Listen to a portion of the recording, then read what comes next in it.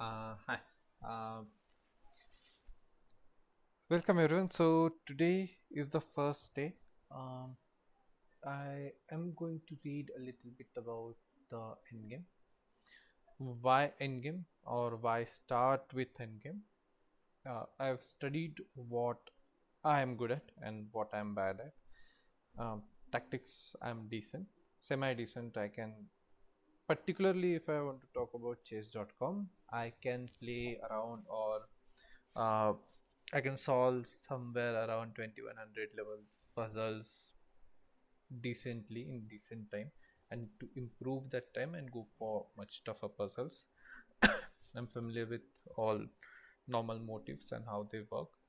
uh, Openings, I'm decent at, not, I don't know too much of theory, but I can make my way out of opening and create a decent enough middle game. And I'm trying to use AI as much as I can to understand or get some opinions on, since I'm not going to go for any chess coach or anything. Of course, I welcome any sort of teachings that might be coming along the way, but as of now, my understanding is I need to focus on end games. So I would be able to climb off out of a particular elo range that I'm currently in.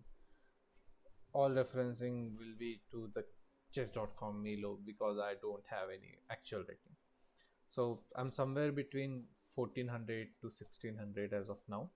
The most important point for this portion or this rating range, I personally think, uh, is the end game, because everyone would know some sort of tricky line, trapping line. Everyone can come out of a opening with decent enough shape. I think everyone just plays some sort of simple opening and go for a middle game. There's a lot of maneuvering, then suddenly pieces follow, and you're in an end game. I What I've noticed is, if I'm good at, even if I have some decent enough position, I fumble it out. I drop my pawns. Even if I'm pawn up, I'm not able to promote. Opponent is somehow able to make better progress than me, and the king is able to reach up to my pawn.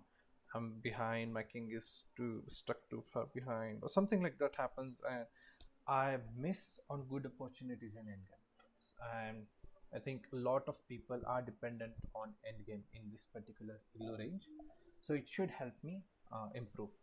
So what we will be reading, we will be reading the Dvorsky's endgame manual. I hope I'm not butchering the name. Best, the topmost book is Dvorsky's Endgame Manual by Mark Dvorsky. I wanted to understand who he was and what he has done. He was an IM in late 1970s, and he has been a very good coach to some of the biggest names that like Arthur Yusupov. Everyone must have heard his name at least, and he have coached very good, strong players. And he was sort of an advocate for Endgame, and he had a very good training manual with himself. So I fortunately have this PDF somehow, and I am going to focus on reading it end to end. So let's start with the preface. The first time I heard about the book you are now holding in your hands, okay, was in the summer of 2000. Hmm. Okay, let's start.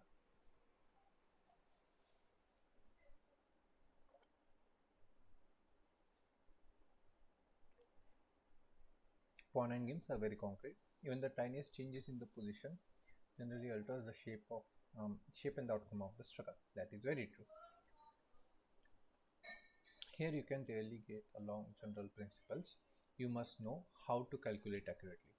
Here you can really get along on general principles. You must know how to calculate accurately. Okay, the study of pawn in games chiefly boils down not to the memorization of exact position, but to the assimilation of standard techniques, which considerably eases our search for a solution and calculations of variation. Okay, many pawn endgames are certainly defined tempo battles. Very true.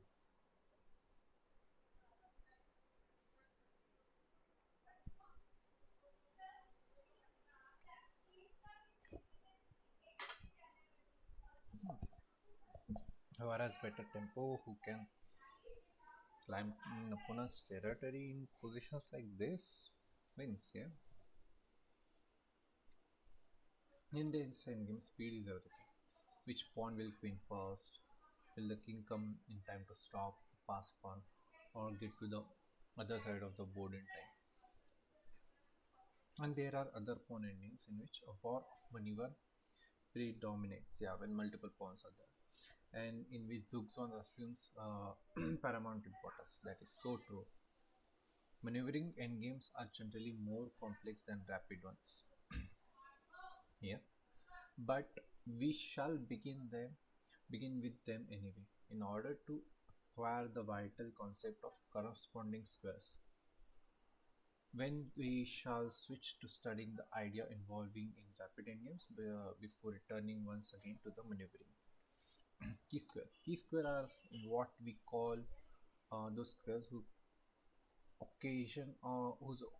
occupation by the king assures victory. Okay, regardless of whose turn it is to move. In other types of endgames, we may also speak of key squares for these pieces beside the king. Key square. A lot of time I've heard in commentaries weak square with diagonal, open file. When pieces are on, those things are very important. In endgames, I think, especially if there's only king and pawn, key squares are the ones associated with the king, obviously, in the opponent's territory. The d5 square on which the king now stands is not a key square. Okay, white to move does not win. Yeah, uh, c5, c7, d5, d7, you can't make progress. It will be a draw. White to move does not win. The key squares are c6, d6, e6. Okay, black to move must retreat his king, allowing the enemy king onto one of these key squares. With white to move, the position is drawn, uh, since he cannot move to any key squares. Okay, key squares, important squares. Let's go to the next topic. uh, Corresponding squares. Corresponding squares are squares of reciprocal zugzwang. We may speak of corresponding squares for kings with pawns and with other material. We may speak of correspondence between any pair of pieces. Corresponding squares are squares of reciprocal zugzwang. Okay, so on that square you can go, he can come as well, something like that. Most commonly seen cases of corresponding squares are the opposition mind squares. This is new. And triangulation. Triangulation and the opposition I've heard of. Mind squares is new for me. Okay, let's see what's opposition. Opposition is the state of two kings standing on the same file while one square separating them. Close opposition. Yeah, close and distance opposition. Two types are there. Three or five squares between is called distance. Three or five. Okay, odd. The position may be vertical, horizontal, or diagonal. Diagonal, vertical, horizontal. Okay. To get the position means to achieve this standing of the kings one square apart with the opponent to move. Okay. The I knew these concepts, of course, opposition and all, just not in such a clear-cut manner. So opposition will be facing opponent's king, and it's his turn to move.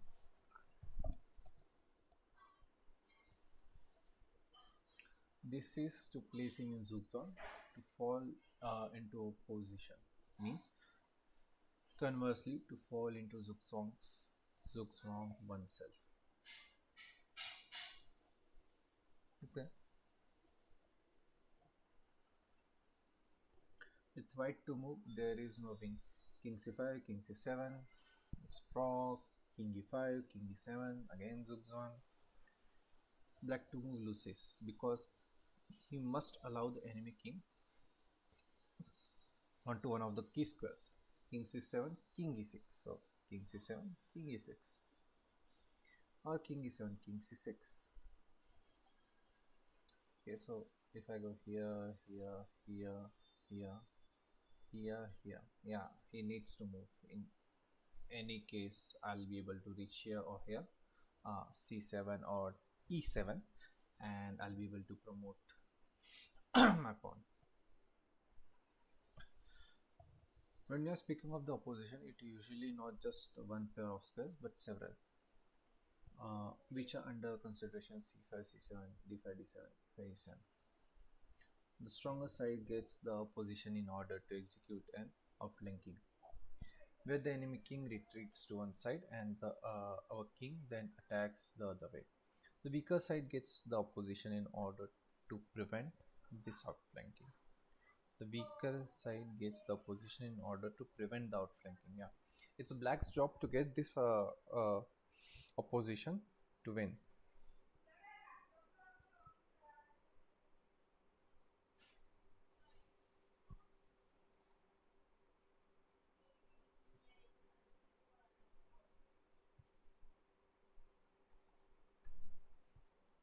I need to open it in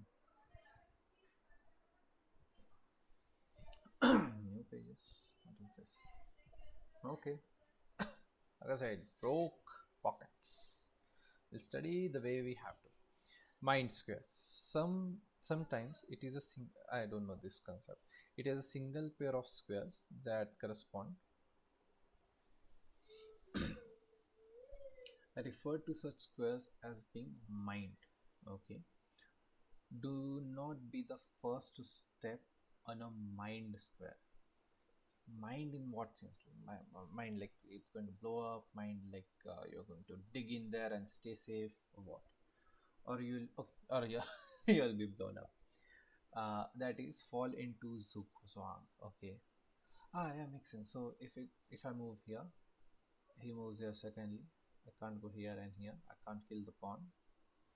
Uh, and if I move to d5, king takes b5, and opponent is winning.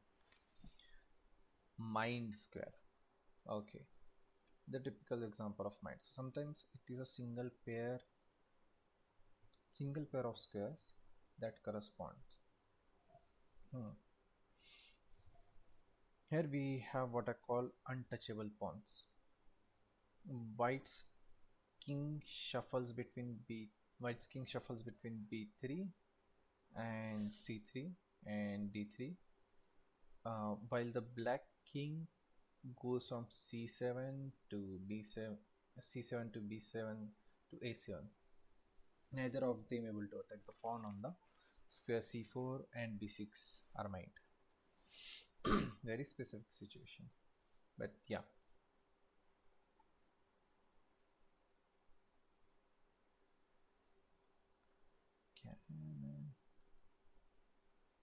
Okay.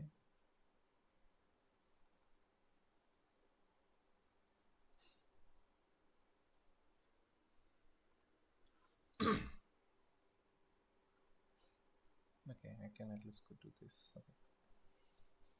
Triangulation refers to a king maneuver which aims to lose a tempo. Triangulation refers to a king maneuver which aims to lose a tempo. Leave the opponent with the move. The d5, yeah, it means I'll do a triangulation and it will be my opponent's for time to move or position to move.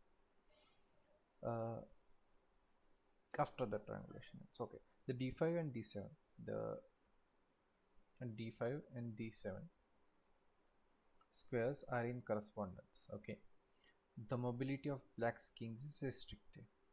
Yeah, he can't come here. He must watch for the c5, c6 break. Mhm. And also avoid being pressed on the edge of the board. It's not surprising, there, therefore, uh, therefore, that white can easily lose a tempo and place his opponent in soup form. So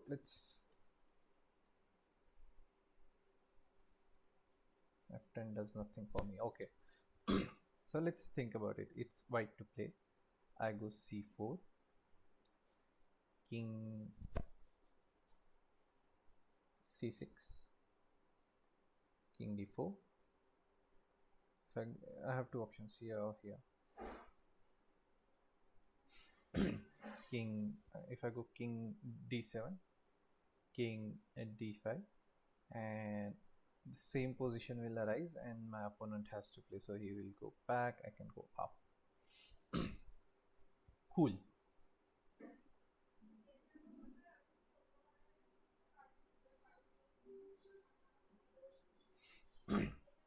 And what if he comes back? Yeah, here, here, here, here. Yeah, still at the position, so he can't come here, here. Up. Hmm. And yeah, basically I can loop around and I'll win. Okay.